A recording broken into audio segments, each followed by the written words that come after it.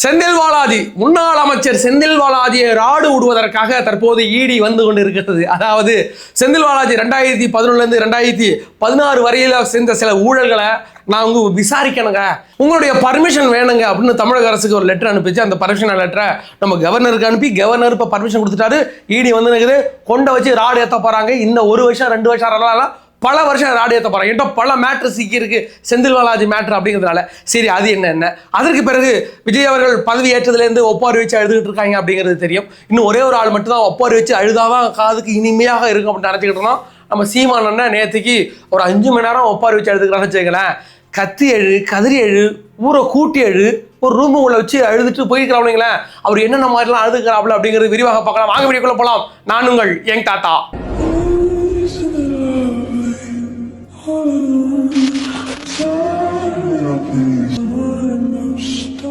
நம்மளோட வீடியோக்களை பாருங்க, நம்ம சேனலை சப்ஸ்கிரைப் பண்ணி வச்சிருங்க, லைக் பண்ணுங்க, ஷேர் பண்ணுங்க, உங்களோட மேன்மையான கருத்துக்களை கமெண்ட் செக்ஷன்ல பதிவிடுங்க. அதற்கு முன்னாடி நம்மளுடைய சப்ஸ்கிரைபரும் டிவிகேவுடைய சப்போர்ட்டருமான மதுரையை சார்ந்த மனோஜ் அப்படின்ற ஒரு இளைஞர் எக்ஸ் வலைதளங்கள், ரெடிட் வலைதளங்கள்லாம் இருக்குல்ல, அதற்கு ஆல்டர்னேட்டிவா மியூஸ் அப்படின்ற ஒரு வலைதளங்களை ஒன்று தொடங்கி இருக்கிறார். இங்க எப்படி டிவிகே, டிஎம்கே, பிஜேபின்ற 2 பெரிய பிம்பங்களை அடிச்சு துவம்சம் பண்ணுச்சு, அதே மாதிரி அங்க நம்மளுடைய மியூஸ் அப்படின்ற ஒரு அப்ளிகேஷனை பார்த்து இந்த ரெடிட் எக்ஸ் வலைதளங்கள்லாம் பயந்துகிட்டு இருக்கு.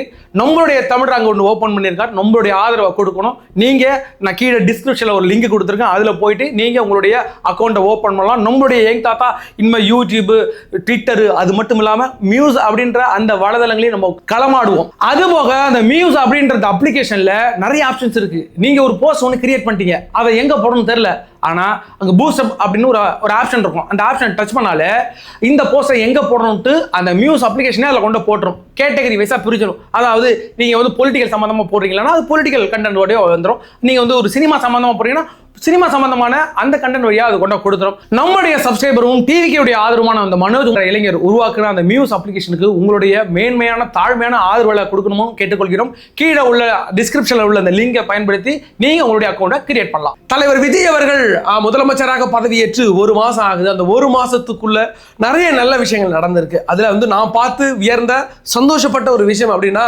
அந்த தேனி மாவட்டம் மொட்டக்குடி அப்படின்ற ஊர்ல 56 வருஷமா அங்க பஸ்ஸே கிடையாது. அந்த மக்கள் ஒரு 2 கிலோமீட்டர் 3 கிலோமீட்டர் போய் நடந்து போய் தான் பஸ் ஏறணும். ஒரு எமர்ஜென்சினா பஸ் இருக்காது, ஒரு மெடிக்கல் எமர்ஜென்சினா பஸ் இருக்காது. குழந்தைங்க சாரையாக போயிட்டு நடந்து போய் தான் ஸ்கூல் படிச்சுக்கிட்டு இருந்தாங்க. ஒரு 2 நாளைக்கு முன்னாடி அந்த சின்ன குழந்தைங்க ஒரு வீடியோ வெளியிட்டு இருந்தாங்க. அதில் எங்களுக்கு பஸ் வசதி செஞ்சு கொடுங்க விஜய் மாமா அப்படின்னு சொன்னது இணையத்தில் அதிகமாக பரவணுச்சு. பஸ் இல்லை, 2 கிலோமீட்டர் நடந்து வர விஜய் மாமா பஸ் கொடுங்க.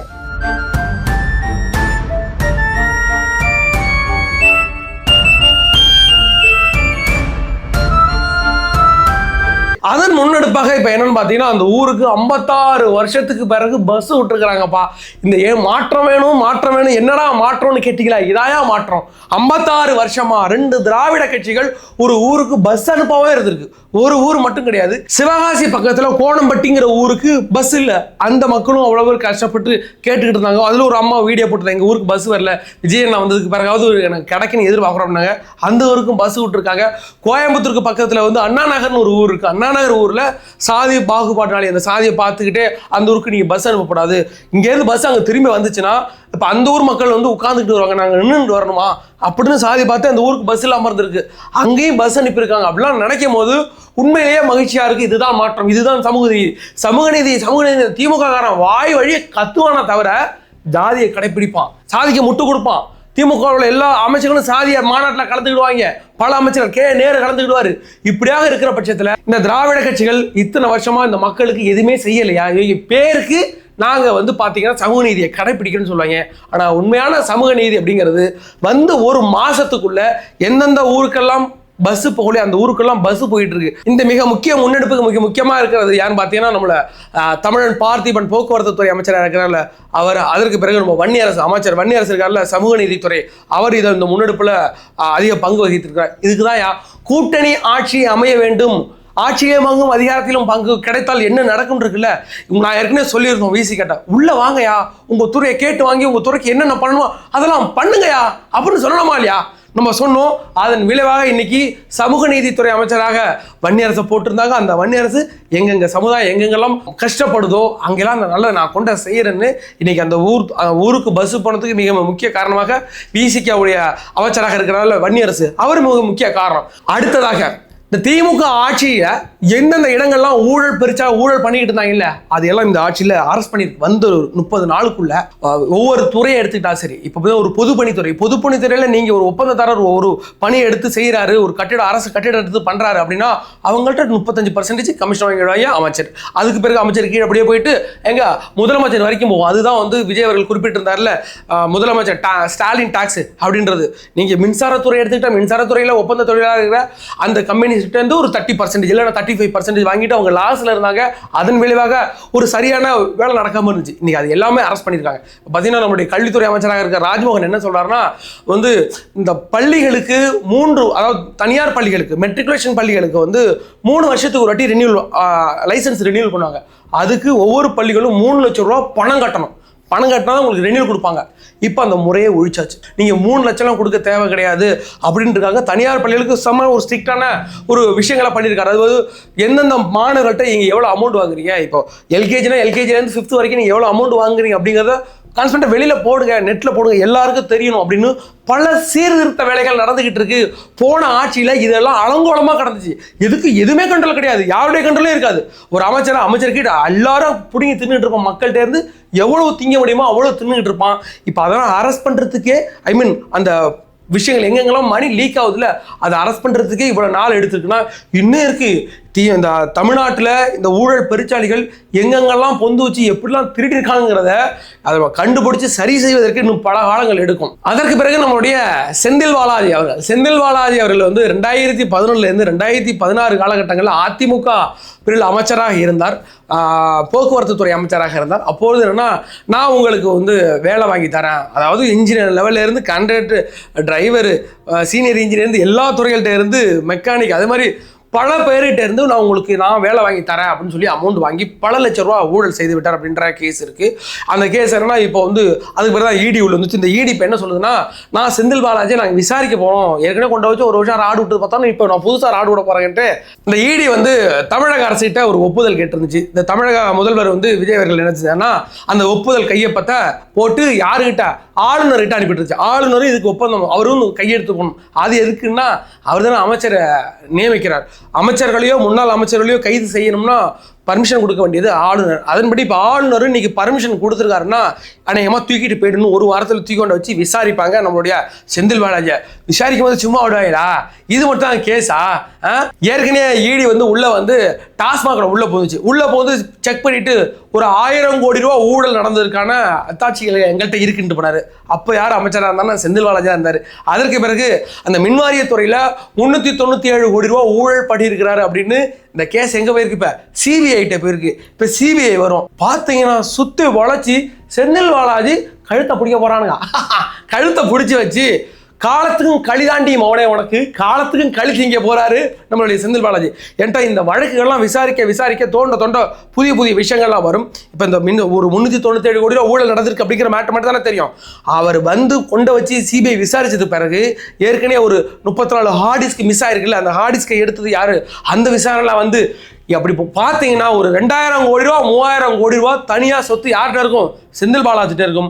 அதையெல்லாம் இடி லாக் பண்ணி ஒத்த அமௌண்ட்டையும் லாக் பண்ணி தூக்கிட்டு போனது இல்லாமல் பல வருடங்கள் அவர் ஜெயிலே இருக்க வேண்டிய காலகட்டங்கள் கூட வரும் அப்படிங்கிறதுல பார்த்துக்கிறோம். ஏன்னு கேட்டிங்கன்னா, அந்த 41 உயிர் இருக்குல்ல, அதோட சாபம் இருக்குல்ல, அந்த உயிர் போகும்போது என்ன வலி துடிச்சு போயிருக்கும்ல, அதெல்லாம் இப்படிதான் வரும்.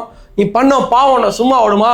உன்னை அரசியல் அனாதாக இருந்து இப்போ எம்எல்ஏவா இருக்கிறாரு, அது கொஞ்சம் இது உனக்கு எம்எல்ஏவோட இல்லாமல் கோவை தெற்குல இந்த ஆள் தோக்கடிச்சு கொண்ட வச்சு ஊமை குத்தி காலத்துக்கும் ஜெயிலில் போட்டு தான் சந்தோஷமா இருந்திருக்கும். சரி, எதுவோ தற்பொழுது இடி உள்ள வந்துருச்சு அப்படிங்கிற பட்சத்தில் அவருக்கு இன்னும் விசாரிச்சு இந்த தண்டனை விவரங்கள்லாம் அறிவிப்பாங்க. அது இன்னும் காலகட்டங்கள் எடுக்கும். அது எல்லா வழக்குகளும் சுற்றி செந்தில் பாலாஜி சுற்றியே நிற்க அப்படிங்கிறதுல காலத்துக்கு அந்த மனுஷன் களிதான். அதுக்கு பிறகு ஒப்பாரி மேட்ரு. நம்ம சீமான் அவர்கள் வந்து இப்போ புதுசாக ஒப்பாரி வச்சிருக்கிறார். இப்போ நேற்று தான் பார்த்தீங்கன்னா நிறைய பேர் ஒப்பாரி வச்சாங்க. திமுக ஒப்பாரி வச்சுட்டு இருக்காங்க. அதுக்கு பிறகு இந்த மேயர் பிரியாவை போட்டு வெளுத்து விட்டாங்க இல்லை, அடிச்சாங்க இல்லை. அந்த அம்மாவுக்கு வந்து காண்ட் ஆயிடுச்சு. நேற்று இந்த விர்ச்சுவல் வாரியர்ஸ் உங்களுக்குலாம் மண்டியில் ஒன்றுமே இல்லைன்னு அந்த அம்மா கேட்குது. அதாவது ஏன்டா தாக்கம் அப்படி இருந்திருக்குது. ஏன்னாட்டா அவங்க இந்த குத்துவாளுக்கு மேட்டர்லாம் போட்டு போலன்னு வச்சு செஞ்சுருக்கிறாங்க. அதன் விளைவாக அந்த அம்மா நேற்று கதறி எழுதிருக்கு. எந்த அமைச்சர்களும் எந்த எம்எல்ஏக்களும் களத்திலே இல்லைங்க. அவங்க களத்தில் எதுவும் வந்து வேலை செய்ய மாட்டாங்க. ஆனால் நாங்கள் பாருங்கள் எப்படி வேலை செஞ்சாங்க. இவங்க வெட்டி கிழிச்சது எங்களுக்கு தெரியாத. நீங்கள் டாய்லெட்லேயே ஊழல் பண்ண அந்த பெருச்சாளி, ஊழல் பெருச்சாளி, அப்படிப்பட்ட ஊழல் பெருச்சாளி எல்லாம் இன்னைக்கு வந்து தாவேக்கா பற்றி பேசுகிறாங்க. இன்னைக்கு வந்து தாவேக்காவில் உள்ள எல்லா எம்எல்ஏக்களும் எல்லா அமைச்சர்களும் அவர்கள் துறையை பார்த்துக்கிட்டு சிறப்பாக பண்ணிட்டு இருக்காங்க. அதன் விளைவாக தான் நம்ம ரீல்ஸை போடுறாங்க. ரீல்ஸை போட்டு ஆட்சியை பிடிச்சி விட்டாங்கன்னு ஒப்பாரி வைக்கிறீங்களா நீங்கள் தான். ஒரு நல்லது செய்கிறாங்க. இன்னைக்கு கீர்த்தனாவாக இருக்கட்டும், அதுக்கு பிறகு எல்லா அமைச்சர்களும் தான் செய்கிற நல்லதை ஒரு ரீல்ஸாக எடுத்து மக்கள்கிட்ட கொண்டாந்து சேர்க்குறாங்கன்னா அது டெக்னாலஜி உங்களுக்கு வரலை. இது ஒரு காரணமாக வச்சு எழுதுக்கிட்டாங்க. அதுக்கு பிறகு நம்ம சீமானனை ஒப்பாரி வைக்கிறது. சீமானனை ஒப்பாரி வைக்கிறதுக்கு நம்ம ஒன்றும் சொல்லிக் கொடுக்க தேவையில்லை. அது டிசைனாக ஒப்பாரி வச்சுட்டு இருப்பாங்களே. அந்த 2 அல்ல கை இருக்கும், அந்த 2 அல்ல கையை தனித்தனியாக ஒப்பாரி வச்சுட்டு அண்ணன் சென்டரில் வந்து ஒப்பாரி வச்சுட்டு போயிருக்காரு. ரூம் போட்டு எடுத்துட்டு போயிருக்காங்களே. அது மட்டும் தான் ஒரு குறையா இருந்துச்சு. சீமானன் ஒப்பாரி வச்சு அடிலையே ஏன்டா அதற்கு தேவையான நேரங்கள்லேயே விஜய் அவர்கள் நீங்கள் எத்தனையோ முறை விமர்சிச்சிருப்பீங்க. அது ஒரு வித்தியாசமாக விமர்சிக்கிறார். 69 படங்களே நல்ல படங்களாக கொடுக்காம எப்பறம் உங்களுக்கு நல்லாட்சி கொடுப்பான் அப்படின்றார். இது அதாவது போகிற எல்லா இடங்களையும் தோன்ற எல்லா மேடைகளையும் இப்போ உள்ள விஜய் அவர்கள் அரசியலுக்கு வருவதற்கு முன்னாடியே ஏன் தம்பி இன்னைக்கு வந்து தமிழ் சினிமாவுடைய சூப்பர் ஸ்டாரே ஏன் தம்பி தான் அப்படின்னு சொன்னது ஒரு சுய லாபத்துக்காக. அதாவது விஜய் அவர்களுக்கு பெரிய ஒரு மாஸ் க்ரௌடு இருக்குது, மக்கள் இருக்கிறாங்க, அவருடைய ரசிகர்கள் இருக்காங்க, அவங்களுடைய ஓட்டை நம்ம வாங்கணும் அப்படின்ட்டு தான் 8% ஓட்டுலாம் கூட வந்ததுக்கு காரணம் விஜய் அவர்கள். இந்த மைக்கு கையில் எடுக்காமன்னு வச்சுட்டு பிச்சை எடுத்தார்ல சீமான் அவள்கிட்ட, அதன் விளைவாக இப்போது அவருக்கு எதிராக கடை போட்டு வந்துட்டார். அப்படிங்கிற என்ன பண்ணுறதுன்னு தெரியாமல் இப்போ புதுசாக காரணங்களை சொல்கிறாங்க. எல்லா அமைச்சர்களையும் விமர்சித்தார். அதாவது தாவேக்காவையும் ஆளும் அரசையும் விமர்சிப்பதற்கு சீமானவர்களுக்கு எல்லா தகுதியும் இருக்கிறது. அவர் அந்த இடத்துல இருக்கார் அப்படிங்கிறதுல எந்த ஒரு மாற்று கருத்து கிடையாது. ஆனால் ஒரு நல்ல ஆட்சி நடந்துகிட்டு இருக்கு அப்படிங்கிற பட்சத்தில் அவர் அதை சொன்னார். இந்த அமைச்சர் இப்படி சொல்லிட்டாருங்க. நம்மளுடைய அறநிலையத்துறை அமைச்சர் ரமேஷ் சொல்லிட்டாராமா, எதிர்கட்சிகளே இல்லாத நாங்கள் வந்து ஒரு இதை படைப்போம் அடுத்த தேர்தலில் அப்படிங்கிறது கான்ஃபிடென்ட் லெவலு. அதுக்கு பேர் என்ன? Confident level. டெபாசிட் கூட வாங்காம, ஒரு தொகுதியில் கூட டெபாசிட் வாங்காம நீங்கள்லாம் வந்து இந்த இடத்துல இதை பற்றி பேசுறதே உங்களுக்கு வந்து அருகதை இல்லை. உங்களுக்கு தகுதி வேணா இருக்கலாம் விமர்சிப்பதற்கு, ஆனால் நாங்கள் ஜெயிப்போம், தாவேக்கா ஜெயிக்கணும்னு ஒருத்தர் சொல்றாரு, ஒரு அமைச்சர் சொல்றார், அடுத்ததுல 234 தொகுதியில் ஜெயிப்புன்னு சொல்றாருல, அதுக்கு பேர் கான்ஃபிடென்ட் லெவலு. ஆனால் ஒரு தொகுதியில் கூட உங்களால் டெபாசிட் கூட வாங்க முடியாது. இந்த கட்சியை வச்சுட்டு பேசு. ஏங்கிட்ட அவர் சொல்றாரு, நான் வந்து தோல்விகளுக்கு பயந்தவன் கிடையாது, நான் வந்து ஓட்டரசு என்ன சொல்றாருன்னா, நான் வெற்றி பெறுவதற்காக வரல, நான் மக்களுக்காக வந்திருக்கேன். இதுவே பைத்தியகாரத்தனம், இதுவே முட்டாள்தனம். இதுக்கு மிக முக்கிய ஒரே ஒரு நோக்கம் என்ன தெரியுமா? காசு. இதே மாதிரி 4 கூட்டத்தை போட்டோம்னா, நேற்றுக்கு போட்ட கூட்டத்துக்கும் QR கோடு வச்சு காசு வாங்கினீங்களா? காசு வாங்கி கூட்டம் போடுறதுதான் தப்பு இல்லை. எல்லா கட்சிகளும் காசு வாங்கி தான் கூட்டம் போட்டுக்கிட்டு இருக்காங்க. அந்த காசு கூட்டத்துக்கு போதானுக்கு தான் கணக்கு. ஏற்கனவே இந்த மே 18ஆம் தேதி நாங்கள் ஒரு கூட்டம் போகிறோம்னு சொல்லி 18 லட்ச ரூபா வாங்கினீங்க. இந்த 18 லட்ச ரூபா வாங்கி என்ன கணக்கு கொடுத்தீங்க? யாருக்கு கணக்கு கொடுத்தீங்க? இவ்வளோ மக்கள் போட்டிருக்காங்கல்ல உங்களுடைய தோழர்கள், அவங்களுக்காவது ஒரு கணக்கு கொடுத்தீங்களா? அந்த 18 லட்சம் ஒரே இந்த மாநாட்டுக்கே போயிட்டா? இதுவுமே கிடையாதுல்ல. இதே மாதிரி சீமான் அவர்கள் இன்னொரு 20 வருஷத்துக்கு கூட்டமாக போட்டு காசு வாங்கி அவருக்கெல்லாம் நிரப்பிக்கிடுவாரு. அவர் சுபயோகமாக இருப்பார். அவங்க வீட்டு குழந்தைங்க நல்லா படித்து மேலே வந்துகிட்டு இருக்கும். நீ காசை ஓட்டுட்டு, ஏன்னா மானகண்ட மேல காசை போடுறீங்களே, கண்டினியூஸாக ஒவ்வொரு மாதமும் சந்தா அது அந்த கூட்டம் காசு போடுறீங்களே, கொஞ்சமாவது யோசிச்சிங்களா? உங்கள் அண்ணனோட செல்வ செழிப்பாக இருக்கிறாரு, இவருக்கு எங்கேருந்து காசு வந்துச்சு? 25 ஏக்கர் இடம் வாங்கியிருக்கிறாரு, அதுக்கு எங்கேருந்து காசு வந்துச்சு? சென்னை மெயினில் ஒரு இவ்வளோ பெரிய இடத்த வாங்குறாருன்னா அதுக்கு ஏது காசு? இதெல்லாம் சாதாரண மக்களும் யோசிப்பாங்க. அதெல்லாம் யோசிக்காமல் நீ காசு கொடுத்துருக்கா, காலகாலத்துக்கு சீமானுக்கு அடிமையாக அங்கேயே கடை.